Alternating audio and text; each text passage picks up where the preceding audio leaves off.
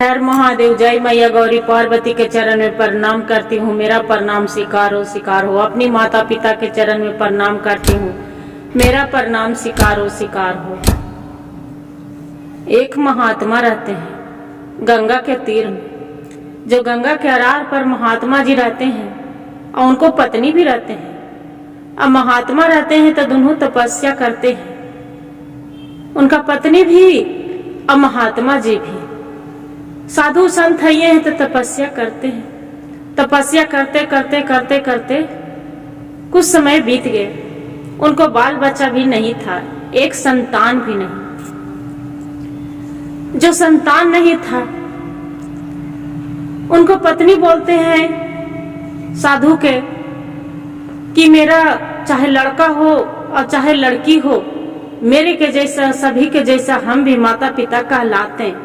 अब पिता कहलाते, हम माता कहलाते, मेरा भी माँ कह के कोई बुलाते। बच्चे मेरा चाहिए, चाहे लड़का हो और चाहे लड़की हो। बाबा बोलते हैं कि आधा उम्र तो पार हो गया तो देवी कहाँ से संतान पाएंगे। बोलते हैं कि हम नहीं जानते हैं। साधु महात्मा बोलते हैं अपना पत्नी के कि ठीक है तो आप गांव घर चली जाइए। पत्नी घर चली जाती है। जब घर चली जाती है, महात्मा जी रहते हैं तो तपस्या में लग जाते हैं। तपस्या में लग जाते हैं, तप कर रहे हैं। करते करते करते आसमान में देखते हैं कि एक गीध सांप को पकड़ ले जा रहे हैं, मरे सांप को। जो मरे सांप को पकड़ ले जा रहे हैं उनको गीध के मुंह से छूटता है तो तपसी बाबा पर गिर जाते हैं, महात्मा जी पर।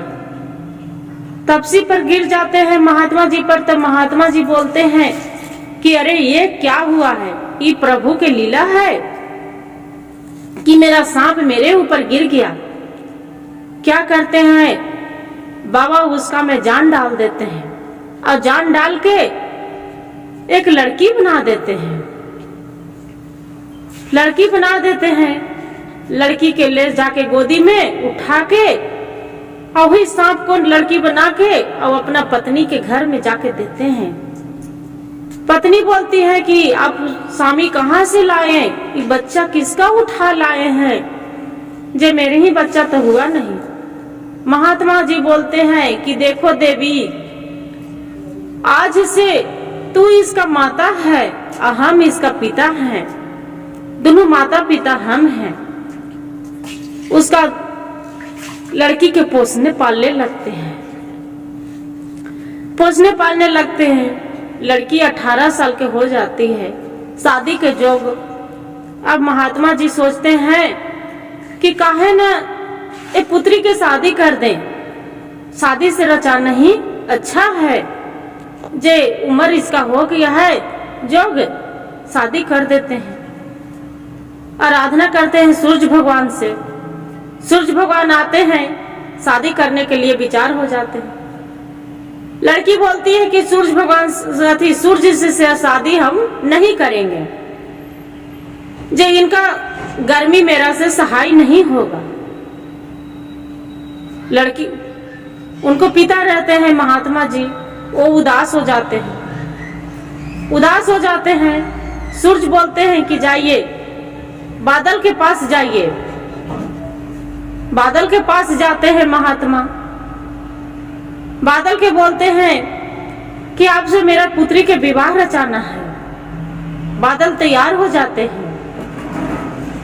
बादल तैयार हो जाते हैं। फिर लड़की बादल के देखते हैं। फिर बोलते हैं कि हम बादल से शादी नहीं करेंगे, इनको काले रोशनी में मेरा रहा नहीं जाएगा। फिर महात्मा जी उदास हो जाते हैं। बादल बोलते हैं कि आप चली जाइए शंकर के पास, वहीं जाइए। महात्मा जी शंकर के पास चली जाते हैं, भोलेनाथ के। और शादी के तैयारी हो जाते हैं पूरा। जब शादी के तैयारी हो जाते हैं, वो लड़की बोलती है कि हम शंकर जी से शादी नहीं करेंगे, ये रात दिन गाल में नाक लपेट के और गंगा के धार बहाएंगे, इनको से हम शादी नहीं करना है। फिर महात्मा जी उदास हो जाते हैं कि नहीं सूर्य से गच्छ है और नहीं तो ये महाअथी से बादल से गच्छ है और नहीं तो शंकर से गच्छ रहे हैं, ये शादी किससे करावे। उदास हो जाते हैं। शंकर जी बोलते हैं कि देखिए उदास मत होइए, आप हिमालय पर्वत पर चली जाइए। हिमालय पर चली जाते हैं। हिमालय पर चली जाते हैं, बोलते हैं कि आपसे शादी रचाना है। मेरे लड़की को पुत्री है उसका, वो तैयार हो जाता है। हिमालय पर्वत पर जाके वो भगवान तैयार हो जाते हैं कि ठीक है करते हैं, हम शादी कर लेंगे। लड़की आती है, अपना पिता के बोलते हैं महात्मा जी के कि पिताजी हम हिमालय से शादी नहीं कर सकते हैं जी, रात दिन क्या करेंगे, पूरा हवा बहलाएंगे। हवा के तरह इस झोंके से कौन बर्दाश्त करेगा। कभी रात हो, कभी दिन हो, कभी दोपहर हो, कभी समय के अनुसार नहीं दिखेंगे। ये हम कैसे रह सकते हैं। आप सोचते हैं हिमालय कि आप ऐसा कीजिए कि इनको जंगल के झाड़ी रहते हैं ना, उसी को वहीं पड़ी इनका ही शादी कर दीजिए। काहे कि ये है जो इमारती आपको पुत्री है, जो एक नागिन है, इसी के लिए किसी से शादी करना नहीं चाह रहे हैं। जंगल में सब बिछा रहते हैं, नागिन वहीं रहेंगे, आपका पुत्री और उसी से छोड़ दीजिए।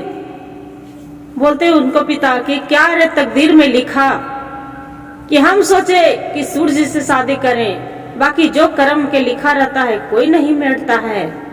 इसका हम लड़की बना दिए थे कि मेरा बेटी बन गए, पुत्री की तरह समझे थे। क्या करते हैं साधु संत रहते हैं महात्मा जी, वह नागिन के रूप में उसका ले आते हैं और लाके और जंगल में छोड़ देते हैं।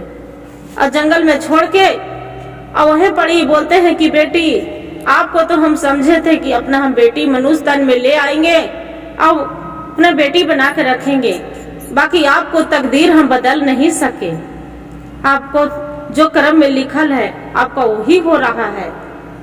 बेटी आपको पोसे पाले सब कुछ किए, बाकी आप एक नाग से शादी करवा देते हैं। उसका नागिन से शादी हो जाता है। नाग नागिन के दोनों एक जोड़ा बन गए और दोनों खुशी खुशी नाग नागिन रहने लगती है।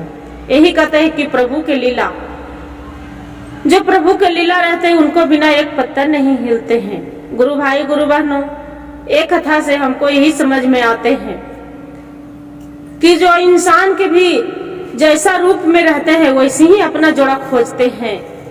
सांप रहेंगे तो सांपे के जोड़ा खोजेंगे, चूहा रहेंगे तो चूहे के जोड़ा खोजते हैं, आदमी है तो मनुष्य के जोड़ा खोजेंगे, लड़का लड़की है तो लड़के के जोड़ा खोजेंगे। सब कुछ अपना अपना वही खोजते हैं। जैसी उसका कितनों मनुष्य के तन दे दिए, बाकी वो नागिन थी तो कैसे वो मनुष्य दिया करते। हर हर महादेव, जय मैया गौरी पार्वती। वीडियो अच्छा लगे तो लाइक सब्सक्राइब जरूर करिएगा।